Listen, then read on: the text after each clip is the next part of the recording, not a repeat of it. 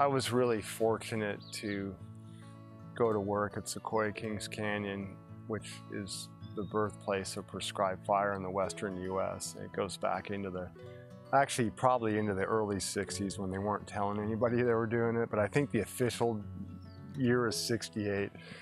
I know the Everglades, and there was places in the east that were doing it before, but anyway, so I was lucky enough to inherit what I consider kind of a legacy program of a long history of prescribed burning and prescribed fire and science and research and just learning so much about the ecology of giant sequoias, etc. And so I was pretty honored to be able to try to not screw that program up and carry it on.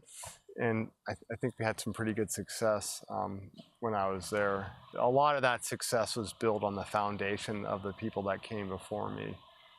And what I try to do is carry on their legacy for the next generation that comes in after me. And we did a lot of really good work there. I mean, it wasn't just me by myself. It was a lot of people involved, a lot of crews and other overhead. Firefighting's a team sport, and prescribed burning's a team sport. It's not just one person. Probably our biggest pushback we got, generally speaking, was from the Air District.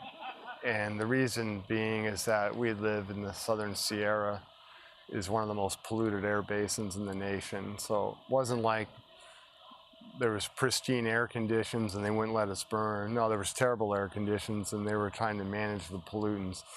And so there was two sides to that story. I mean, our side was, two conflicting missions that both meant well.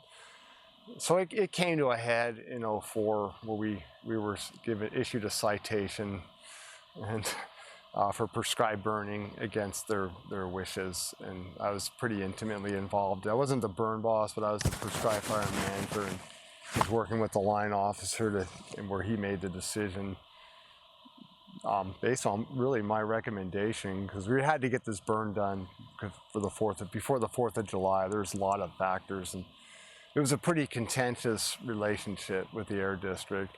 And it had been building for several years before I got to the program. It was building, and it kind of reached a head.